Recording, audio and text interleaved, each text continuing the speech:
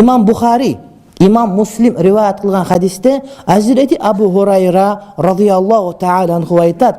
Eger Peygamber aleyhisselamdan eger de ayal küyösünün tapkan tıyından akçasından nafaka, sadaka bere turgan bolsa, eger küyösü aytpay turup, küyösü buyruk berбей turup özü bere turgan bolsa, anda oşol ayalga jarım ele soğup berilet deydi. Ayt niyeti tüz ele, aytkan emes.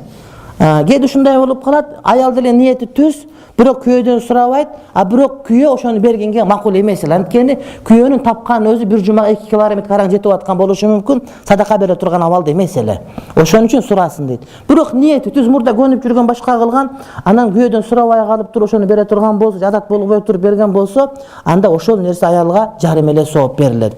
Муну айтканы кандай?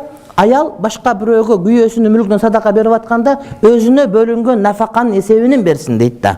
Мисалы үчүн аялга бөлүнгөн нафаканын эсеби бар, тамак башка бир нерсеси бар. Ошондон ашыгыраак берген болсо, анда ашыгыраак жарымынын сообу бул күйөөнүн гана сообу болуп эсептелет дагы. Күйөөнүкү толук болуп, аялдын сообу жарым бойдон калат. Уруксат сурабагандыгы үчүн деген маани келет. Бирок ошол дагы күйөөм билсе ыраазы болот деген маани. Же болбосо уруксаты жок деген сөзү адатта уруксат берилген, бирок бир азыраак нерсеге. Бирок ошол уруксат берилген, ыраазы болунган нерседен ашыгыраак нерсени берип аткан болсо деген маани.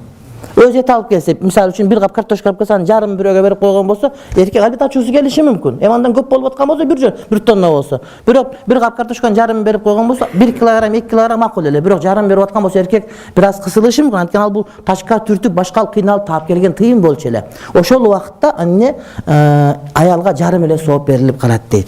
Кээ бир учурда аял күнөөкөр дагы болуп калат, эгер ошол нерсе эркекке кыйынчылык туудуруп кое турган болсо.